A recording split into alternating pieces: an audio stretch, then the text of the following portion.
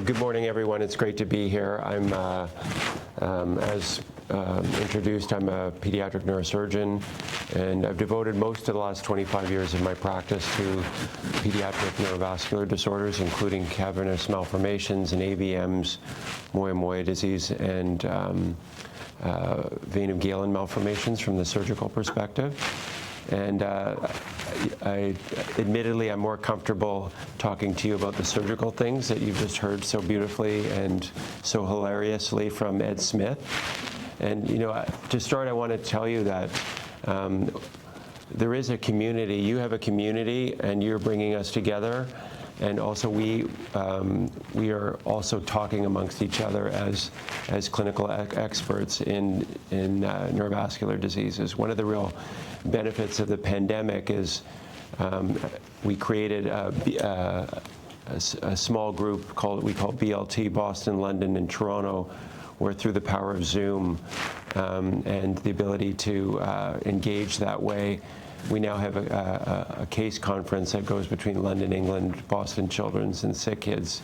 So through that process, I've got to know Ed Smith even better. I'm starting to hear his jokes for a second and third time, which I can almost say the punchline. But what that means, I think, and it's stretching out further in pediatric stroke in general, with other institutions that have interest in it, because these are still relatively rare problems of young people. And there's a real move afoot for more collaboration, more integration, more discussion of know-how and troubleshooting. So you should know, as a community of patients, that those of us engaged in this are also discussing how we can do better in the clinical care.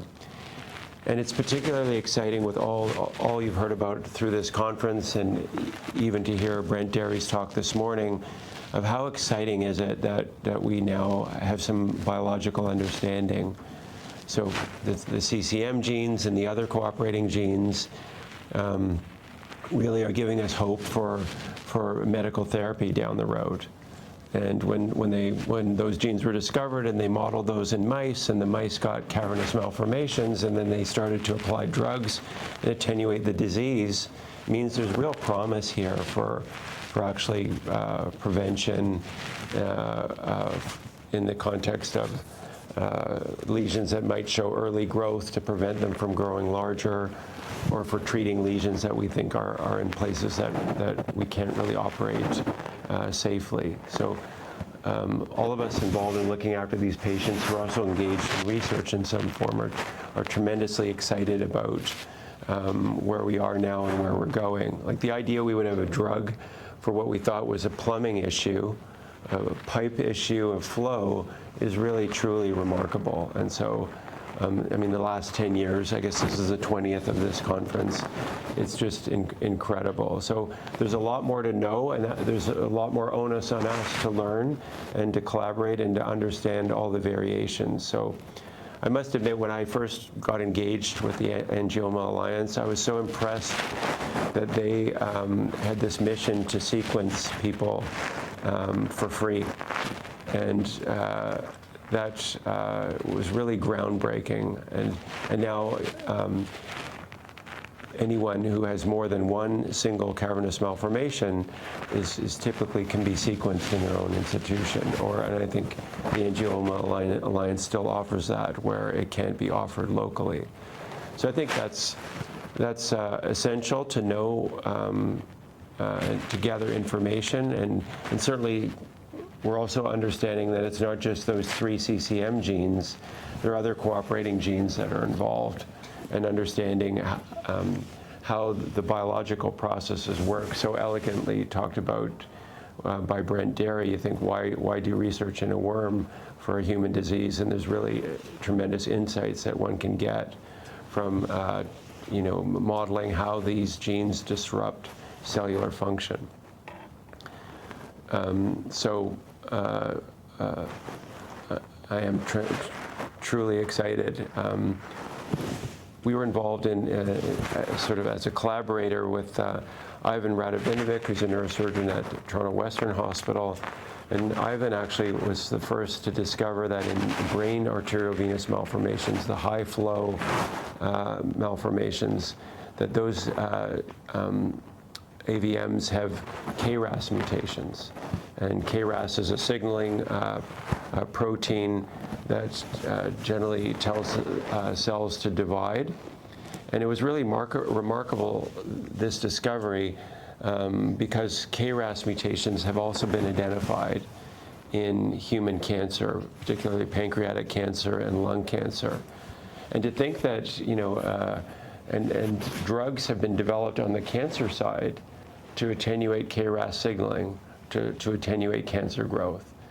And to see that, now we're adopting a lot of principles of cancer research to understanding vascular disorders of the brain. So even my own lab is, because I can't do everything, is focused more on brain cancer and how brain cancer gets started. But I'm seeing a lot of the principles that we know about how cancer gets started and how cancer grows can be, that framework is applying now to understanding how cavernous malformations arise and progress over time and how drugs may be effective for treating them. So, and we're not just taking a tissue anymore as a lump and grinding it up and getting sort of an average signal from all the different cell types that make up a blood vessel. There's a new technology called single cell gene expression, where in each individual cell you can measure all the genes that are being expressed in that individual cell. And there's a colleague, Ivan Radovinovic, who I was mentioning, and together with one of his other colleagues who's been based in Toronto and in Switzerland, Thomas Welchie, they published a paper which we had a tiny role to play in, where they did single cell of different brain vascular malformations and correlated that with single cell analysis of the developing vasculature of human. And what they're finding is that in most blood vessel disorders of the brain, that the cell types that are found in the malformations, the cavernous malformations and the arteriovenous malformations, resemble cell types that look like brain development, look like developing blood vessels. So that in the disease process, there's a regression of cellular states to something that looks like they're vessels in formation. And I think that's tremendously exciting because it's similar to what we see in cancer, that with disease, there's a regression to immature forms. Those immature forms are more unstable and changeable. And but I think this new technology, it's not just the genetics of the average anymore, it's the genetics at the single cell level that's telling us something even richer about how these malformations form. And one of the really interesting and conundrums, at least in the arteriovenous malformation space, is that not every cell in the malformation is actually is abnormal, and so that there's a mosaic mixture of normal cells engaging with abnormal cells, and so there's this sort of cooperation going on between mutant cells and non-mutant cells to lead to the expression of the disease. The other exciting thing, I think, from a genetic point of view is, although we are starting to understand the genetic basis of these malformations, it's not just a genetic process that gets the lesions to form. So if you started with a genetic mutation in a cell, and that misinstructs the cell how to divide, and you saw that cool video from Brent this morning, that CCM genes disrupt how cells divide and disrupt the architecture of the tubes that form the blood vessel. But we're learning, so there's an abnormal program, there's an abnormal blueprint, there's an abnormal instruction that exists in a vascular cell. But there's something else that then pushes that vascular cell to behave in a certain way. And this is an extrinsic signal. So we're starting to learn that inflammatory processes and sort of injury-provoking processes may be stimulatory to get these latent genetically abnormal cells to start to then pushes them to behave in a certain way. And we actually think the same thing's happening in cancer, that part of cancer initiation in the brain is a combination of cell intrinsic, mutation in a cell effect, and then cell extrinsic, which is an inflammatory signal. And I think in a lot of the mouse models, we're seeing for cavernous malformations, for brain AVMs, we're seeing that when you overlay an inflammatory process in these models, you get more lesions. So I think that's another exciting thing for the future, and how to integrate ideas about thinking about genetic perturbation, but also pro-inflammatory signals that might actually engage these genetically abnormal cells and start to get them to misbehave. And it raises issues for cancer and for vascular malformations.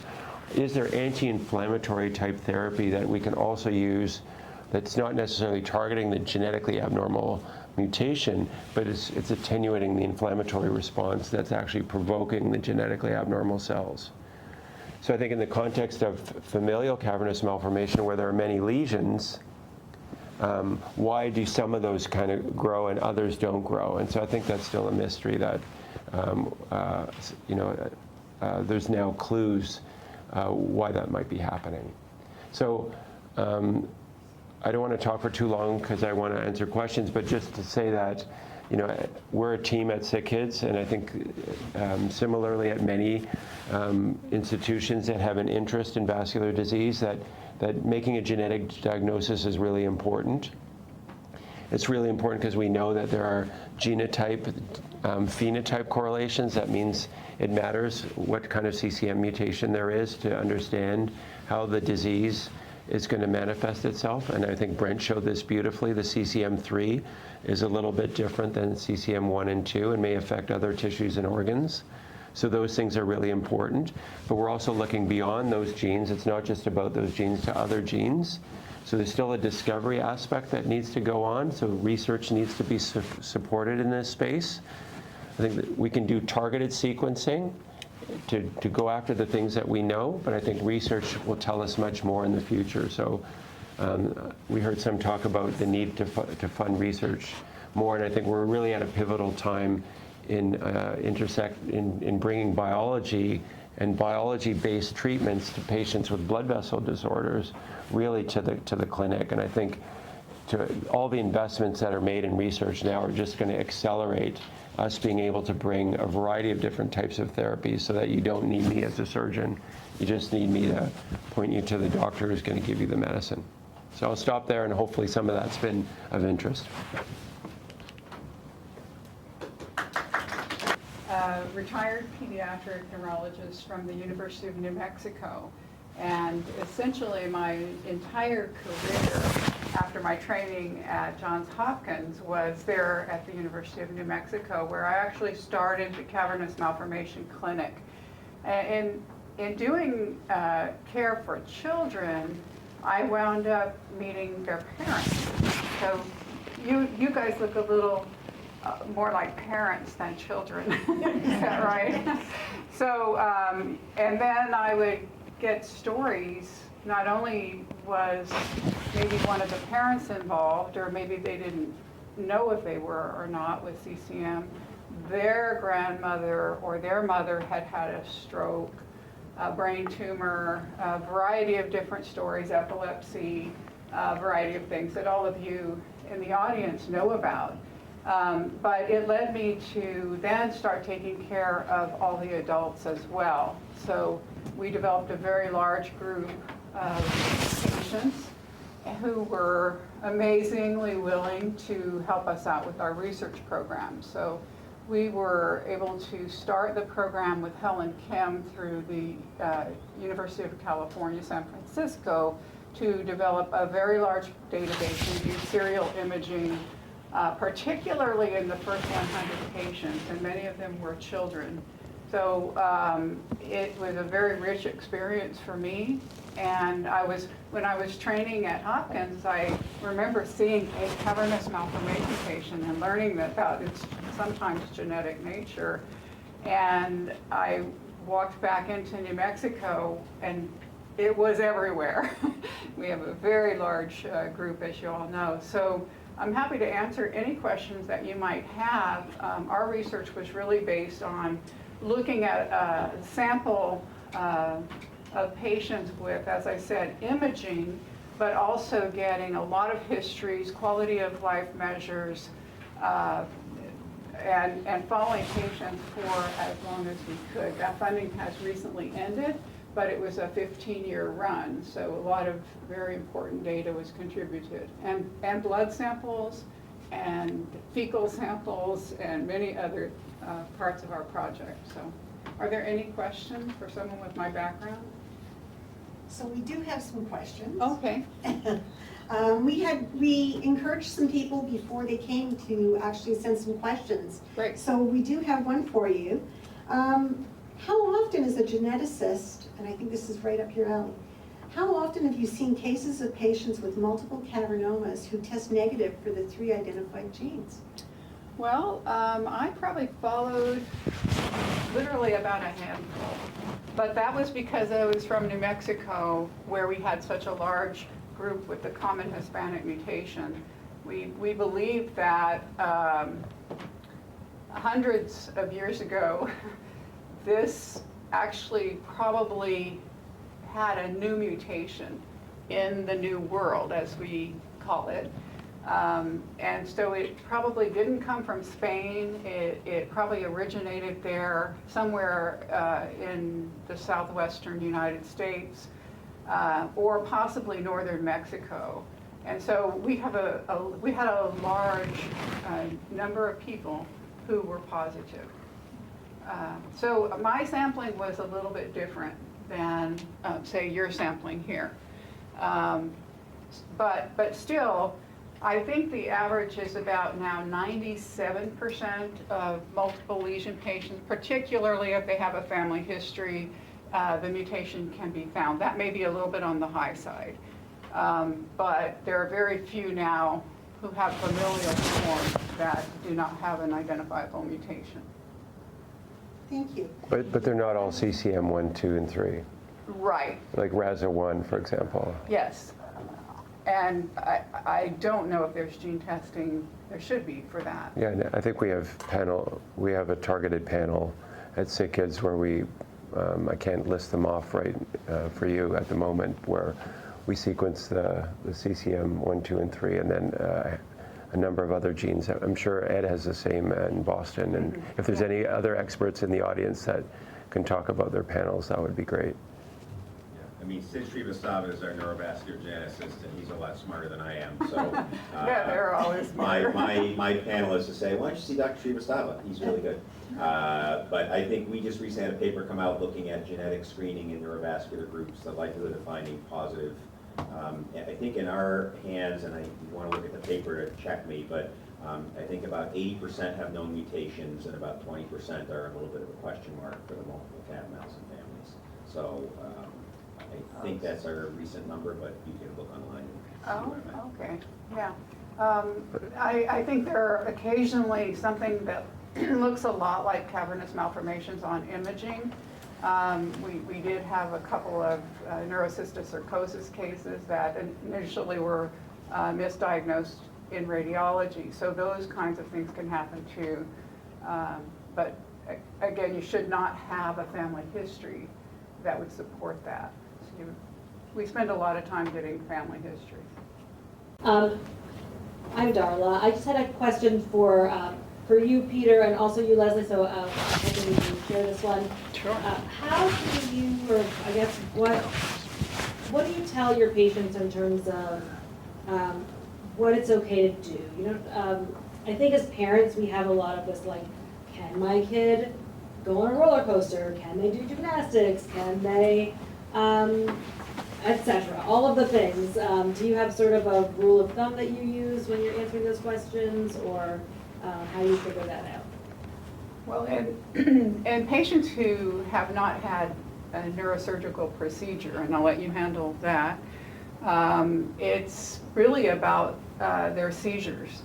And so we don't really restrict much else as far as and we really want children to experience as full child life as they can. But the one thing, we have a lot of ski areas in New Mexico, and so if the patient had epilepsy, I always caution them on ski lifts, you know, because if they should have a seizure and fall, they could have a serious injury.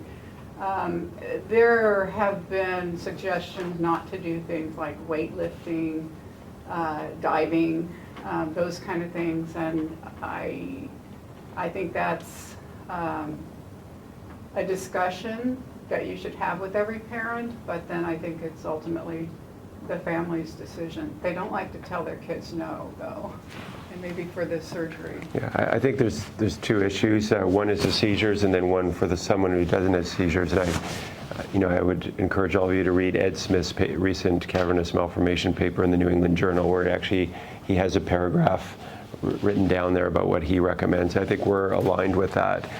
Generally, we don't know what causes hemorrhage, and we don't know what causes enlargement. So, and I've never seen in my 25 years someone who bumped their head or came back from a theme park who then developed a clinically important bleed. So I guess there might be some exceptions. In the brainstem, if people have deficit, obviously you don't recommend, you might restrict certain activities related to people's functional status. But if someone's perfectly normal, I don't generally have any recommendations. I might say that, playing rugby or, doing contact sports might be something you should, think about seriously about avoiding, but I don't generally restrict any activity. Yeah, Heather Fullerton, one of the neurologists at UCSF, wrote a really nice paper about a decade ago looking specifically at bleeding rates for vascular malformations, including cat mouths with a giant number of people. And the bottom line is, unless you're like, Superman or Wonder Woman getting your head conked all the time, it's unlikely to increase the risk of bleeding. So I say they can go on theme rides with the same caveats that Dr. Dirks mentioned, but only if they bring their neurosurgeon with them. I have a little more comment. The common history that you would get is someone came in and nobody witnessed the event, but they fell and hit their head, and then they got a scan which showed cavernous malformation or a bleed and associated with the cavernous malformation. And the question really was, did the patient have a seizure that caused them to fall and actually hit their head? Because it was so unlikely that a fall or head trauma would cause the lesions to bleed. So we really think about it the other way. What caused them to fall? I mean, I guess for some people, obviously, if some people have had a craniotomy for a lesion, there's going to be some restrictions related to that. I've had, after confirming that a young person's skull is reunited, the cuts that you made in the bone is healed and is solid, I say it's up to you, basically. And I think, obviously, it's an individualized decision. You want people who are active, and that's an important part of their life, to stay active. And so I don't believe in bubble wrapping people. But I think we have a discussion about, and there's not a lot of science on this, but just about what is common sense. And but I guess if there are many Americans here, can your son play tackle football with a cavernous malformation? I would say there's no evidence that being tackled causes a bleed.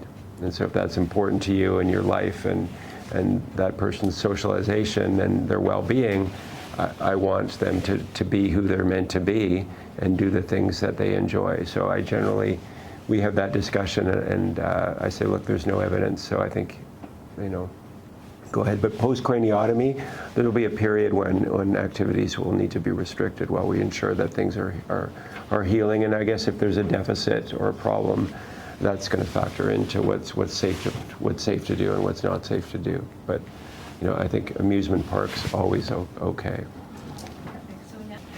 So this is Dr. Ionela Iacobus. She's a pediatric hematologist oncologist at Texas Children's Hospital, where she specializes in the diagnosis and treatment of vascular anomalies and tumors. She completed her medical training in Bucharest, Romania, which is where my family is from. And she then pursued further specialization through residencies and fellowships, enhancing her skills and knowledge in pediatric hematology and oncology. So we're very glad that she's joining us today, and we're going to turn it over to you. Thank you, and I apologize, first of all, I honestly thought it starts at 12. So I'm really, really, really sorry. There was no reason for my delay, except I thought we were about to start at 12. So like I said yesterday, I'm really honored to be in this company. You don't see a lot of pediatric hematologists, oncologists in the field, but I've been doing vascular anomalies for way more than a decade now. And vascular anomalies including every side of the body. So, you know, brain, it's no different. It has blood vessels, and they can be abnormal, they can cause trouble, and they deserve the same attention from the medical team, from an integrated multidisciplinary team, and not just... Can you speak into the mic, please? Can you hear me? Because I didn't feel like this works. Yes. Can you hear me? It works? Oh my goodness, okay. You just have to hold it close to you. Very close, I got it. Is this Well, working? maybe this one. This one might be better. So let's see. I'm sorry. Is this better? Okay. Let me see if you can hear me now. This is more of a Michael than a Mike. Yeah, I'm trying to be as loud as I can. But yeah. Can you hear me now? Oh, that's better. Oh, that's better. That's why when I tried this, the other one. So again, I'm not going to spend that much time on me. What can I answer? What questions you feel you have for the children? Okay. I have a question.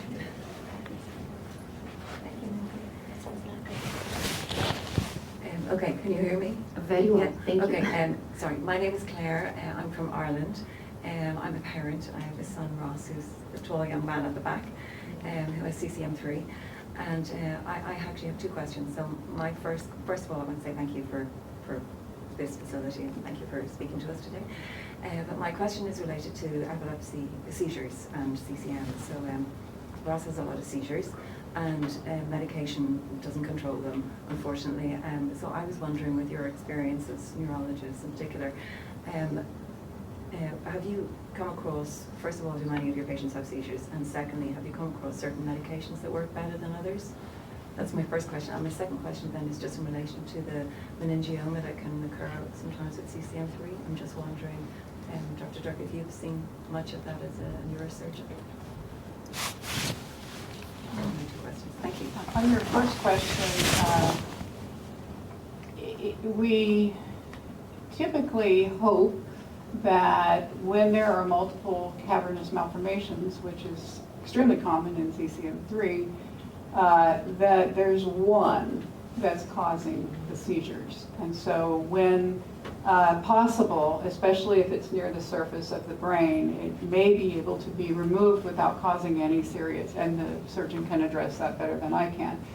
But, so we often recommend removal in that case, if we've identified that that's the source, and then when that doesn't control the seizures, then it's not that one anymore. Hopefully it doesn't come back and it's something else. So by the time they usually do epilepsy surgery, it's probably been on 2 drugs, if not 3, not necessarily all at the same time, but serially. And so and those are your best choices for the typical kind of seizures that come from cavernous malformations, which is what we call focal seizures. So once the lesion is removed and another one starts acting up, usually they're still on medication, and so you've got the history of which medications they've been on, and then you can start using other new medications and combinations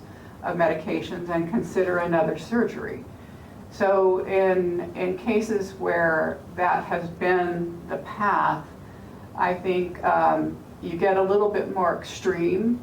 There are more newer drugs available to continue trying, but each time you try a new drug, your chances of controlling seizures with the new drug get diminished.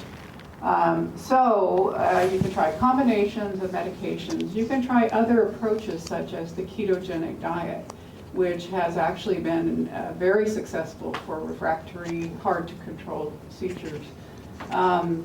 And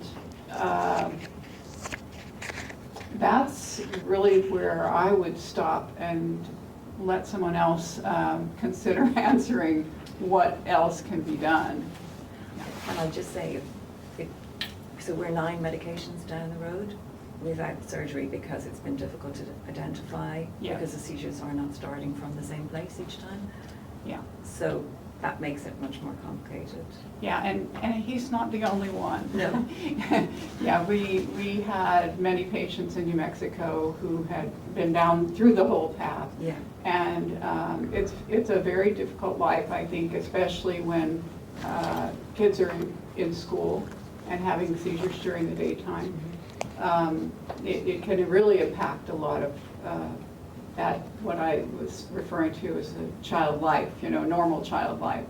And so, yeah, I don't have any solutions beyond continuing to try. Yeah. I don't think you should ever give up. But you have to always weigh the side effects of the medication profiles and risk of surgeries beyond that. Thank you.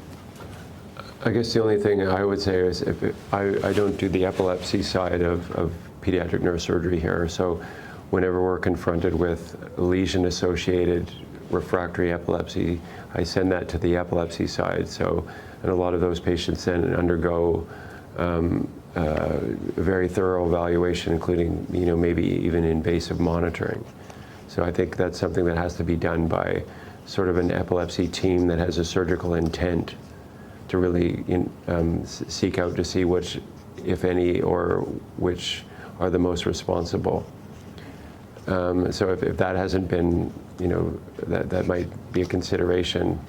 It involves video EEG for days off medication and different tiers of invasive monitoring to try to pinpoint it if possible.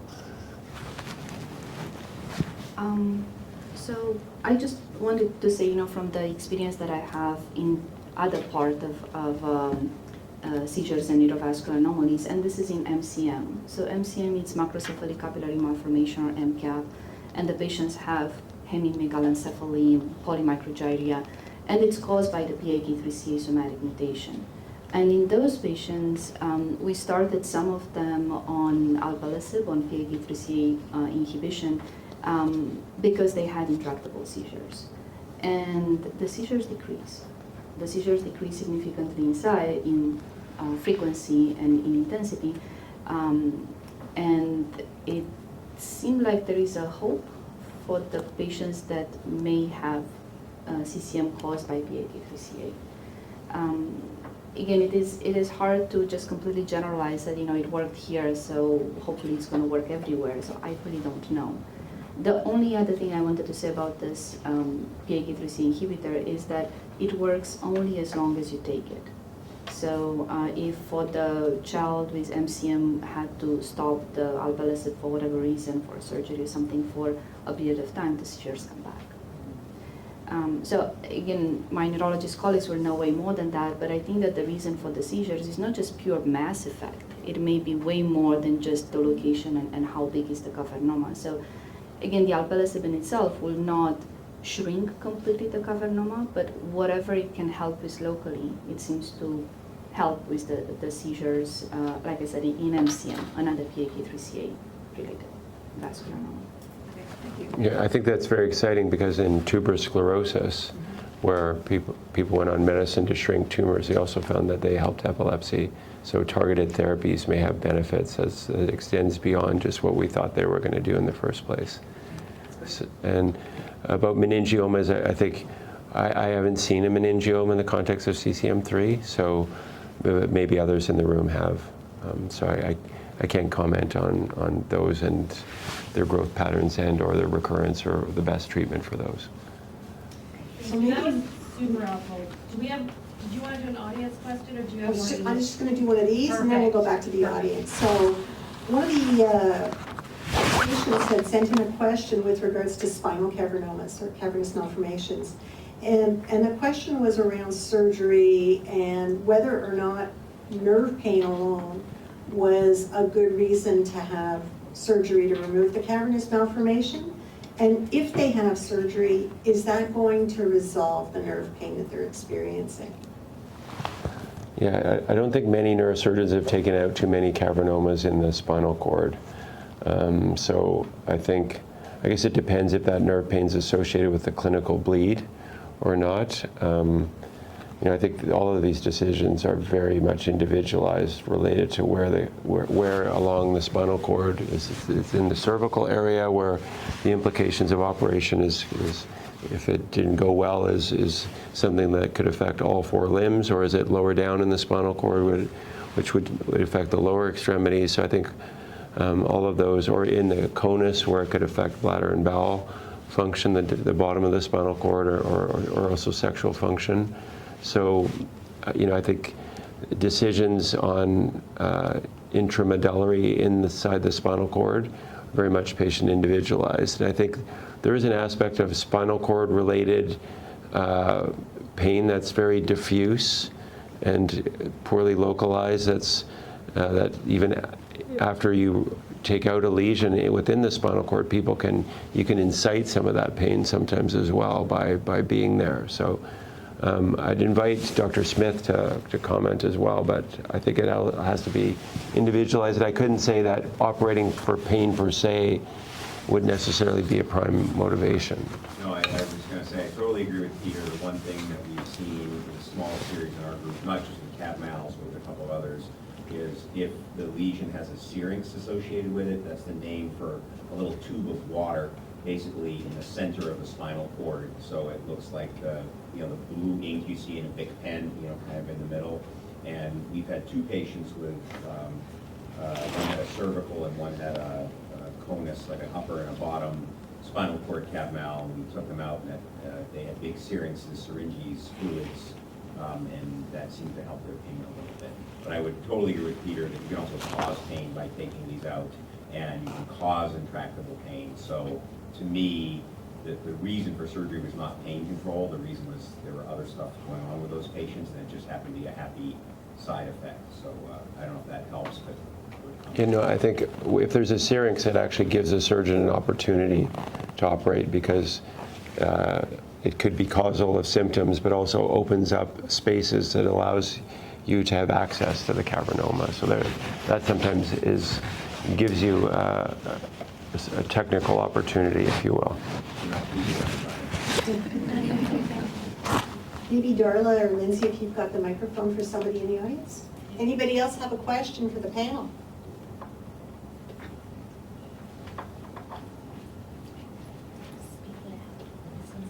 Okay, I have a big voice anyway, when I do speak. Quick question, I don't know how to phrase it, I'm going to try my best. My daughter has several cavernomas, okay, and we had no idea it existed, even though she was a patient at this hospital since she was 3.5. She's had many MRIs that did not show anything until she was about 19 years old. We had to take her to Toronto Western at that point, where one of the psychologists, because she was diagnosed with bipolar disorder, dissociative disorder, because of her behavior. She had complete memory loss.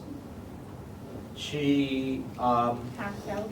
yeah, and she had a what you call that?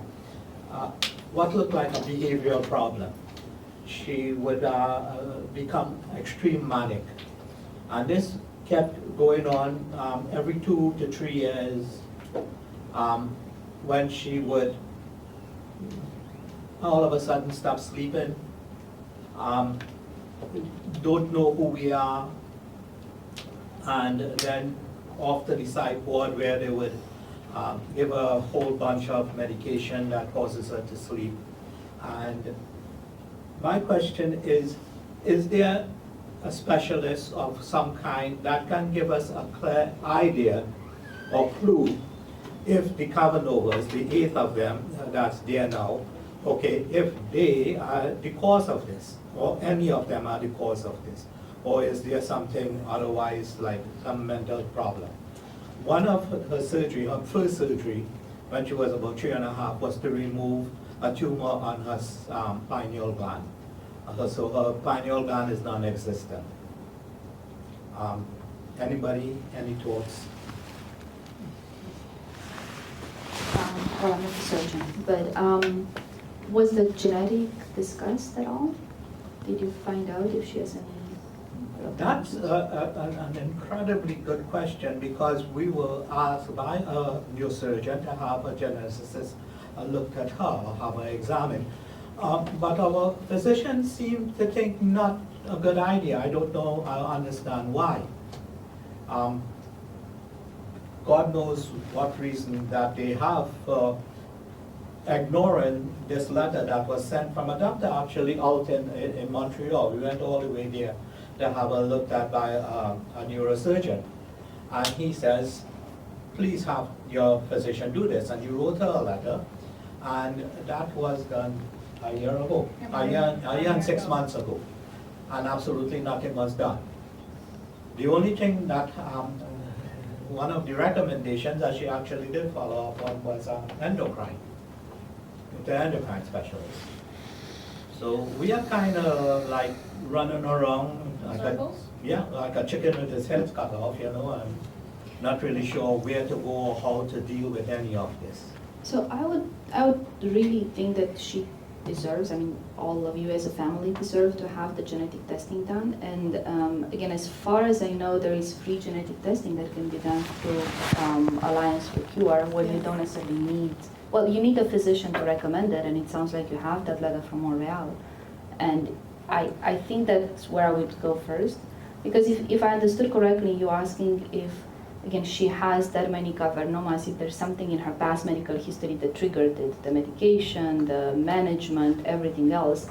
I don't really think so, because again, it's hard for me to believe that there can be 8 cavernomas induced by any sort of medication. We know that radiation would do that. So if you would have told me that your daughter had a brain tumor and she got radiation, then I would say probably that was, has a chance of being secondary. Yeah, well, that was another curious thing, because on the very first, how do you say, manifestation, this was in 2009, the attendant, in ER, the psychologist at Markham Stouffville determined that her radiation treatment that was done back in 1990 should have absolutely no effect on what's happening to her then, now, in 2009. So off she went to the psych ward and spent about 4 years in and out of psychiatric help and medication for psychosis, okay, until we came to Toronto Western when she had an episode. We came to Toronto Western Hospital, and I think you mentioned his name earlier. What was his name? Isaac? Ivan. So your daughter had a pineal tumor that she needed chemotherapy and radiation as a 3-year-old? Not chemo, just radiation. Okay. Radiated at, Was it called germinoma, or? What? So it's called pineocytoma. That's all I know. A pineocytoma. Pineocytoma. Okay, that's and had radiation. I think obviously. I'm sorry that you've been suffering so much related to all that's going on with your daughter. I think it's a very complicated situation. I think you suffer more than I am. But obviously, hearing your story, and I think we all in the room could understand how painful and how challenging your situation is, and I think it's very complex with the history of a brain tumor and surgery and radiation, and I think again there's and to try to say, so there's a radiation aspect that might fit into an aspect of how the brain is working, then there's a cavernoma aspect, And I think the brain is, we think we know a lot, but there's way more that we don't know than we do know. And it sounds to me like there's many factors, maybe contributory, but I think one of the challenges we have in the Canadian healthcare system is you can't just ask to have your whole genome done and get it done. So it may be very appropriate to do that, to try to understand more deeply of how these things might be meshing together. And I think that would be ideal, and it sounds like you need the specialists involved with her at one institution to try to have a family meeting, to have a psychiatry involved, with neurosurgery, with maybe neuropsychology, and try to sort of see, and neuro-oncology, to see if this could be fit together in some way. But genetics aren't necessarily going to lead to a treatment, so you still have to manage all the situations that come up. But I hope in Canada these kind of testings will be more available, so that at least you can turn over that stone and make sure there's not something that sort of even explains something or ties things together. Even if it doesn't give you therapy, it can still help you understand why you're in the situation you're in. Well, that is basically the question. What I want to get is someone to say, go see this person or go see this group, and we can get there, we'll do what it takes to get there, and at least we'll know what is going on. Because right now, it's all up in the air. We have no real idea as to what is actually happening. Yeah. And I think you need to talk to neuro-oncology. There's late effect.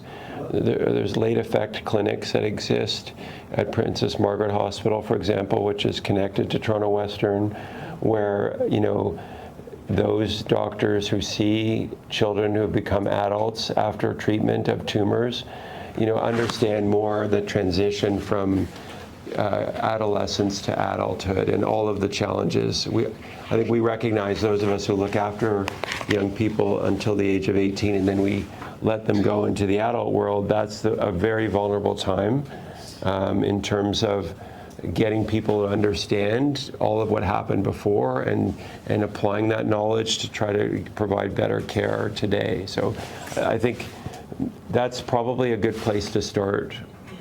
So Martin, maybe we can connect with you after the session. We have a couple of minutes left. We can take one last question if it's a quick one. So I have one question that did come into us ahead of time, and it's, at what point should I be taking my child, my spouse, myself to the ER? When should I be worried enough to go to the ER because I have had these operations? There's a neurology and neurosurgery perspective. Hot potato here. I would frequently get calls from patients asking if they needed to go to the ER. And it's pretty hard to do by phone, but there are certain things that, of course, you have to go. So I think someone who is having seizures, especially clusters of seizures that won't stop, they need to go to the ER because those seizures need to be stopped with medication if you have one that works. And I think if you are having a severe headache that's out of the ordinary, especially if you have the cardinal signs, if there's vomiting or sleepiness associated with a headache, you need to get to an emergency room. Not necessarily at the center that's 3 hours away. You might need to get some care closer if you can.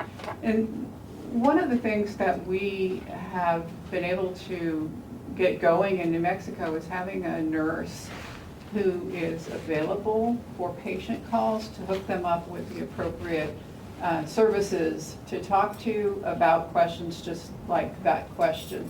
And if there are means to do so in any of your communities, I highly recommend it, because you need to get plugged in very quickly when you are asking the question if you need to go to the hospital. So consciousness, severe pain, vomiting, I think there are probably a few more things I'm forgetting, a seizure that won't stop. All of those things suggest that you probably do need to go to the emergency room. I think the only thing I would add is symptoms of a stroke. So new neurological Yeah. symptoms like a facial droop, new weakness in the limb. It all depends on where it's located. So if it was in the spine, it would involve arms and legs, either motor or sensory symptoms, movement or feeling alterations. If it's in the brainstem, it could be facial numbness and tingling. It could be, and of course, as mentioned, headaches. So things that sound like that stroke should provoke urgent attention. Some of these things do enlarge and can bleed and present more acutely, although fortunately many of them don't. So I just wanted to reemphasize, what Dr. Morrison said is having that nurse or having a contact with your center is extremely important. So we use our coordinators that answer the phones overnight. Even if you go to a local hospital, having that nurse communicate directly with the emergency room, have a point of contact to be able to have access to the previous records of previous care, I think it's really important. So they don't have to reinvent the wheel. They don't have to recheck and do all the other studies that were done before. And even to have, to know what medications, for example, failed, and they should not be tried again. Thank you very much to our speakers.